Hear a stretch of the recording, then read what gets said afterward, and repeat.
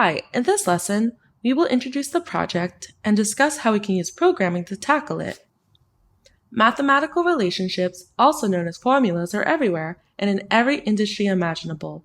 Just on the screen, we have formulas that describe the aerodynamic force, the time to cook a raw chicken, the break-even point for a business, and the current in an electric circuit.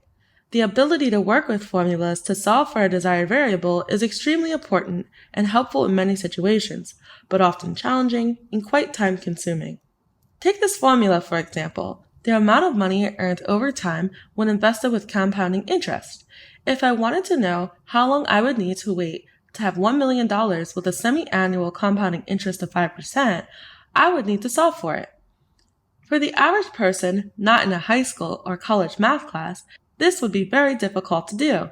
Thankfully, there are people out there like us who know how to do this and are kind enough to develop a program for others to use.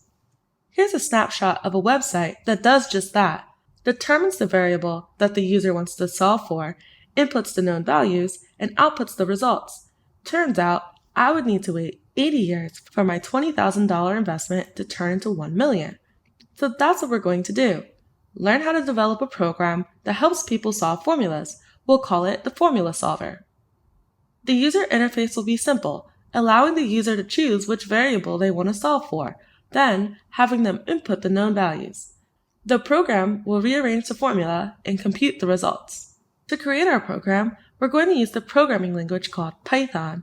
It's a very popular programming language right now, and it's used in everything from web and game development, scientific research, data analysis, and artificial intelligence, among others. Popular companies like Netflix, Google, Instagram, Spotify, and even yours truly, CodeHS, use Python as part of their platforms.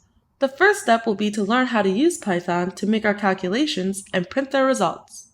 Here's the CodeHS editor, where you'll be doing most of your work for the rest of this project.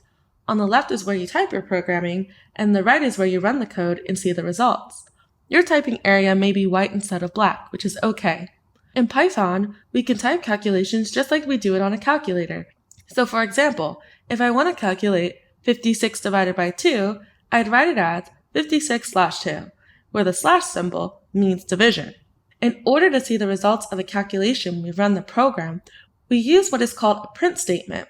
I write the word print, then follow it with parentheses. We put whatever we want to print inside the parentheses. To run the code, I click the green Run Code button. When I do this here, I see the result of the calculation, which was printed by the print statement. In fact, I can have as many calculations and print statements as I'd like. When I click Run Code, I see the results of all three print statements. We can do all sorts of calculations in Python, so it's important to remember your order of operations. Remember PEMDAS? PEMDAS helps us remember the order in which arithmetic operations are performed. First parentheses, then exponents, then multiplication and division, then addition and subtraction. We can essentially perform any mathematical operation in Python. Here's a quick summary of the basics. For the addition of two numbers, we use the plus sign. For the subtraction of two numbers, we use the minus sign. For the multiplication of two numbers, we use the asterisk, not x. For the division of two numbers, we use the /. And finally, for exponents, we use two asterisks. So 5 ** 3 is the same as 5 raised to the third power, which is 5 times 5 times 5, or 125. In terms of printing, not only can we print numbers, but we can also print text, or what we call strings.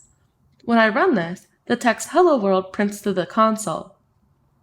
It's important to note that we need quotes around the text in the print statement, but no quotes are actually printed. Let's be clear about the difference between strings and numbers really quick. Numbers are written just as themselves, no quotes or commas or anything. You print them without quotes and can perform calculations with them. Strings, on the other hand, require quotes. They can be any value, including numbers. Be careful though. You can't perform calculations with strings. So 10,500 as a string is acting as text, not a number. When you print strings, you need the quotation marks, but they won't be actually printed. If we try to print the strings without quotes, we get an error. Add the quotes back in, and everything prints as expected.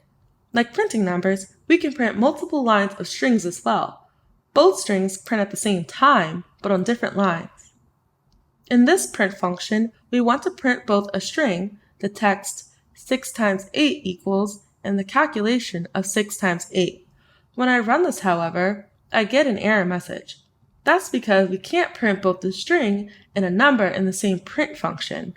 But there are so many scenarios where we would want to print both the string and numbers, so Python does give us a way to do this. All we have to do is convert the number or calculation, 6 times 8 in this case, to a string. Introducing the string function. The string function or command does exactly what we need it to do. It converts a number into a string. Taking our last example here, we now write str open parentheses our calculation, then close parentheses. This takes the result of our calculations, 48, and converts it into a string version of 48. Now to include both pieces, we also must include the plus sign to join the two items. Writing this in our editor and running it, we get what we want. 6 times 8 equals 48. Amazing! Awesome! Now it's your turn to practice doing math and printing results in Python.